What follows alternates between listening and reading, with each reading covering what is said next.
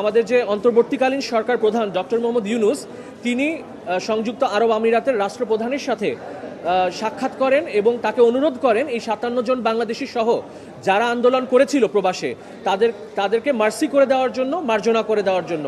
Doctor Mohammad ইউনূসের অনুরোধে সবাইকে মার্জনা করে দেশে ফেরত পাঠানো হয়। দেশে ফেরত যখন পাঠানো হয় তাদের যে ব্যাংক অ্যাকাউন্টে গচ্ছিত অর্থ, তাদের ব্যবসা সব কিছু জব্দ করা হয় সরকার কর্তৃক।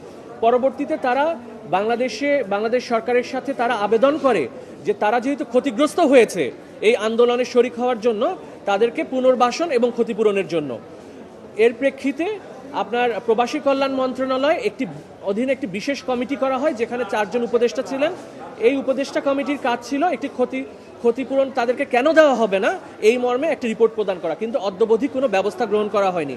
এর ফলশ্রুতিতে আমরা রিট পিটিশন দায়ের করি।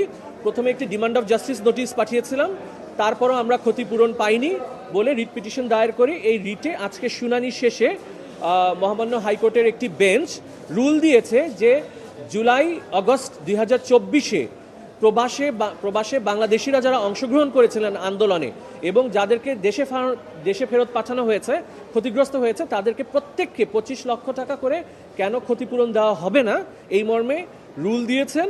সরকারের কাছে জানতে চেয়েছেন ২৬০ জন প্রবাসী বাংলাদেশি, এবং আপনারা অবগত আছেন যে এখানে একটা করুণ ঘটনা ঘটেছে। একজন বাংলাদেশি ইউএইর কারাভোগের সময় জেলে তিনি মৃত্যুবরণ করেন। পরবর্তীতে তার যে ওয়ারিশরা ছিলেন, তার স্ত্রী এবং তার সন্তানেরাও এই রিটের পক্ষ ছিলেন, যিনি মৃত্যুবরণ করেছেন প্রবাসী। আজকে হাইকোর্ট রুল দিয়েছেন এবং প্রবাসী কল্যাণ মন্ত্রণালয়ের সচিব বরাবর আমরা যে আবেদন করেছি ক্ষতিপূরণের জন্য, এই আবেদনটি আগামী ৩০ দিনের মধ্যে নিষ্পত্তির জন্য আদেশ প্রদান করেছেন।